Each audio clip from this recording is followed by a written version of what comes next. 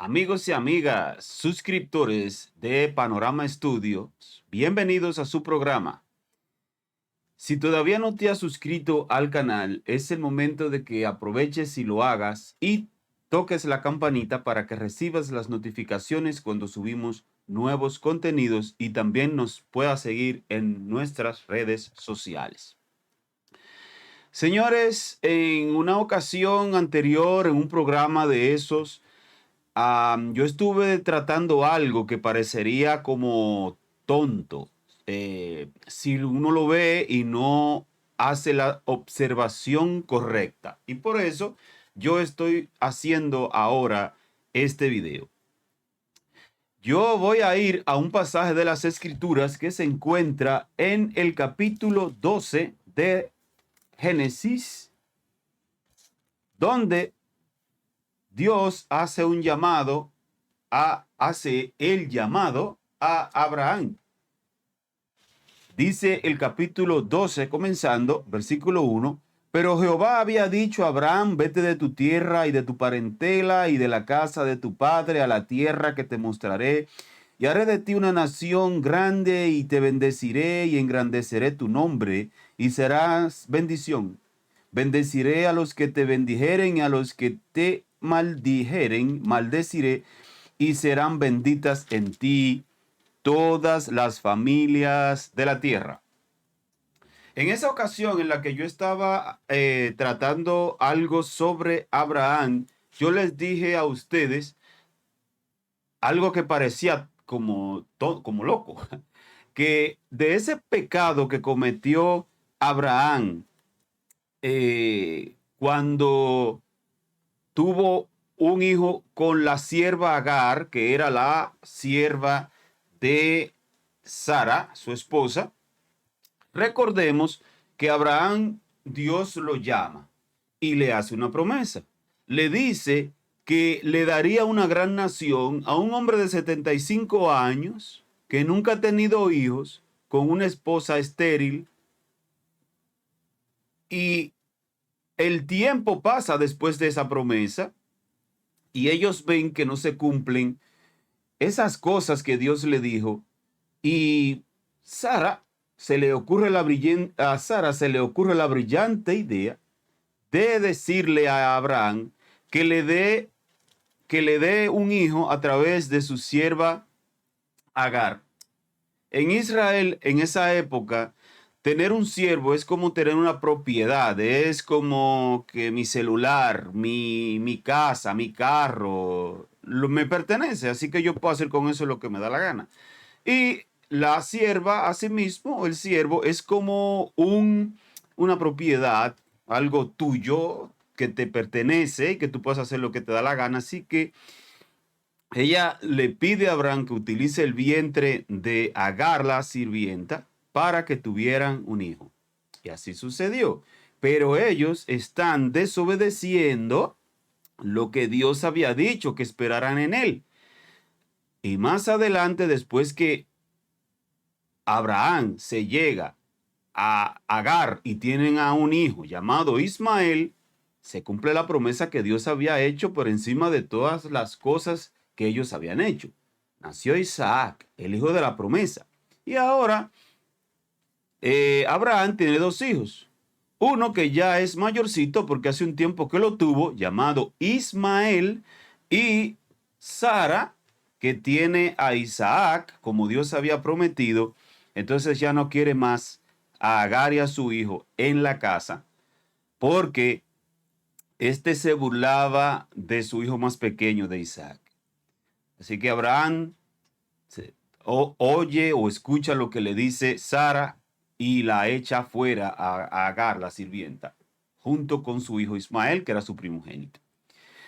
Cuando Agar sale, estoy haciendo esto para no tener que estar leyendo todo el texto. Cuando Agar sale, se lleva a su hijo y en el desierto, muriendo de sed, Dios le dice a ella que lo tomara a él y le muestra un sitio donde hay agua y le promete que de ese hará una gran nación de Ismael. Señores, Los ismaelitas son los árabes. Son los árabes. Recuerde que Isaac tiene a su hijo Isaac y de Isaac viene Esaú y viene Jacob. De Jacob vienen las 12 tribus de Israel porque Jacob tuvo 12 hijos. Y de la línea de Judá vino Cristo. Por eso cuando usted va a Mateo, en la genealogía que se habla allí, yo estoy haciendo esto como más para detallar más a lo que me quise referir esa vez en este programa, para ser más claro y más específico. Y cuando usted llega a Mateo capítulo 1, que encuentra la genealogía del Señor Jesucristo, dice, libro de la genealogía de Jesucristo, hijo de David, hijo de Abraham. Abraham engendró a Isaac, Isaac a Jacob y Jacob a Judá. Noten que de Abraham viene Isaac y no mencionan a Ismael, que es el primogénito, porque sucede que Isaac es el hijo de la promesa y no Ismael. Y después viene, dice, Isaac a Jacob, y no mencionan a Esaú tampoco, porque Esaú, siendo Esaú que el primogénito de Jacob, no es mencionado, porque fue de Jacob que vino Judá, y tampoco Judá fue el primer hijo de Jacob. Él es el cuarto hijo, pero, y dice, añade, y sus hermanos, o sea, Judá y a sus hermanos. Vean cómo se están dando nombres específicos. Y dice, y Judá engendró a Tamar, y así van narrando todo, o describiendo, o señalando a todas las personas descendientes de cada uno de los de la lista. De allí, de Judá, viene Cristo.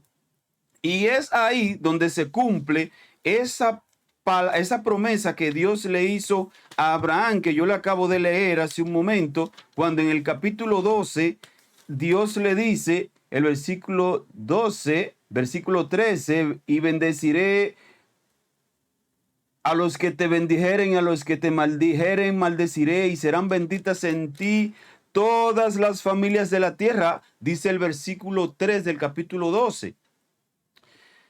¿Dónde yo quiero llevar sus mentes?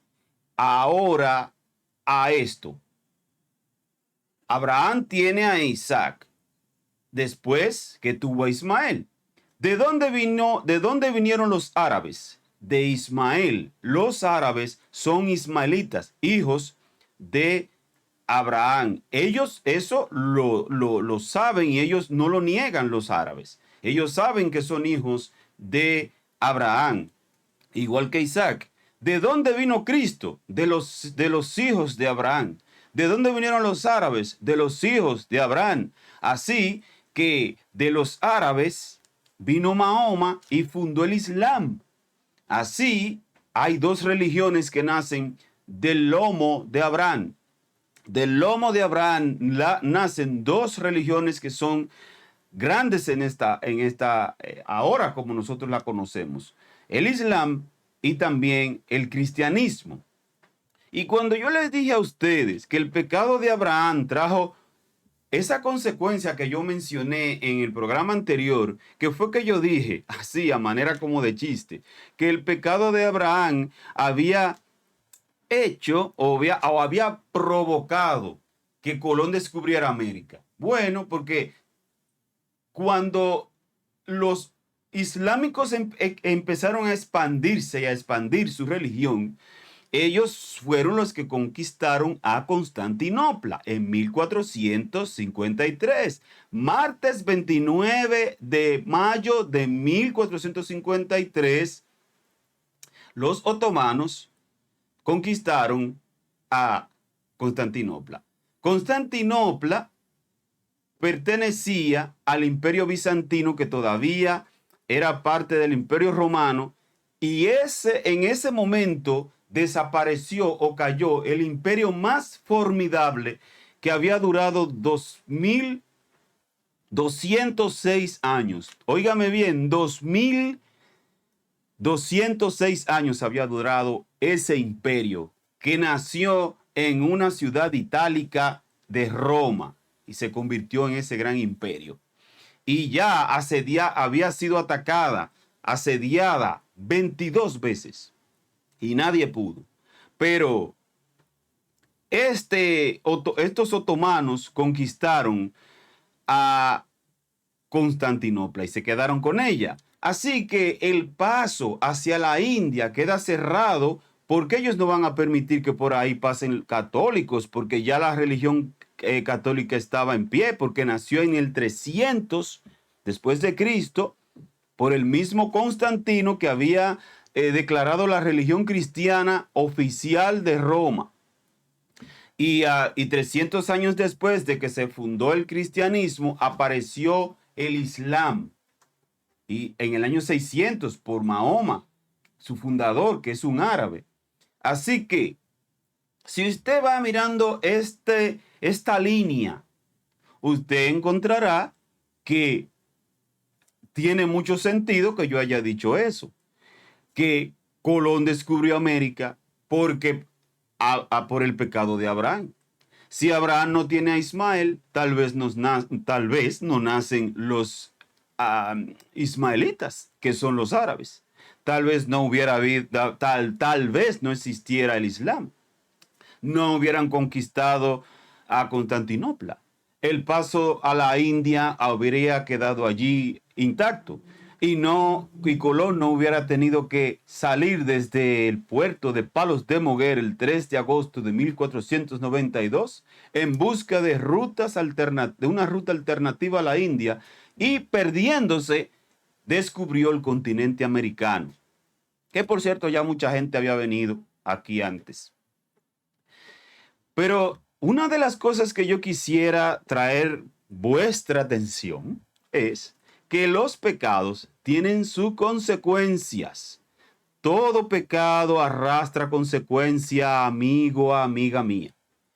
Los pecados que nosotros cometemos tienen sus consecuencias. Y usted dirá, guay, pero esa consecuencia del pecado de Abraham fue buena si es como usted dice, porque mire a dónde vino a parar. Yo le estoy diciendo eso no porque eso sea bueno. Yo no lo quiero llevar a ustedes ahí. Lo que lo quiero llevar es a que todos los pecados tienen consecuencias. Todos los pecados tienen consecuencias, porque los pecados de Hitler no trajeron buenas consecuencias. Trajeron la muerte de más de 60 millones de personas.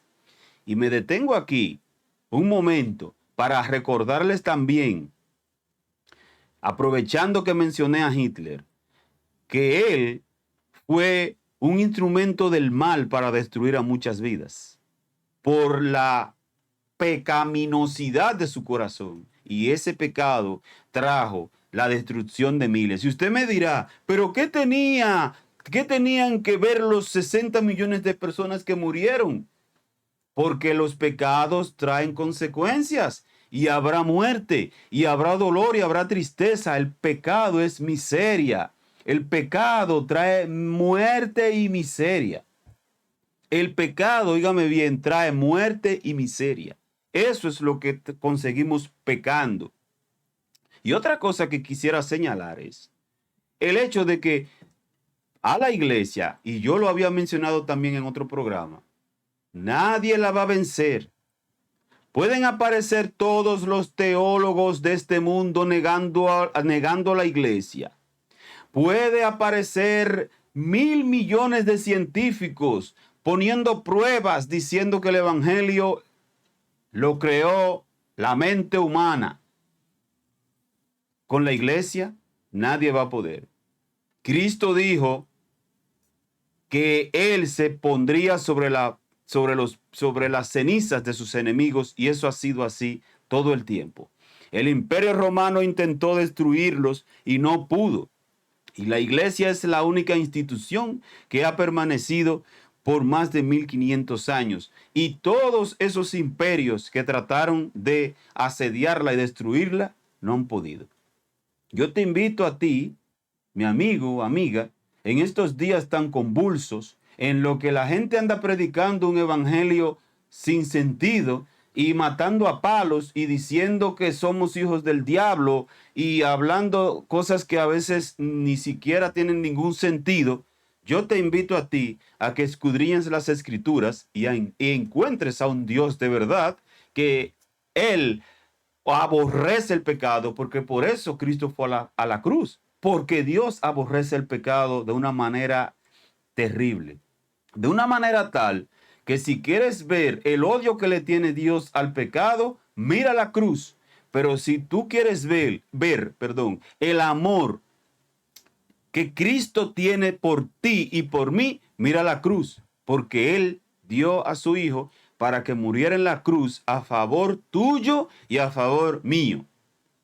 En estos tiempos, como mencioné hace un instante, tan convulsos, yo te quiero decir que el Evangelio son buenas noticias.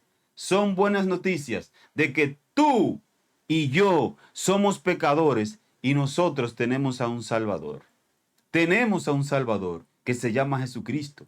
Y yo te invito, amigo, amiga, suscriptor, persona que está mirando este video en este momento, que tú tomes una Biblia y hagas tus propias investigaciones y veas que la verdad, Cristo ha dicho que Él es la verdad, que Él es el camino y que Él es la vida.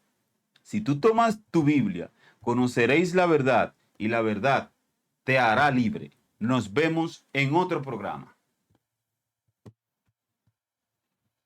Duré mucho. 16. Ya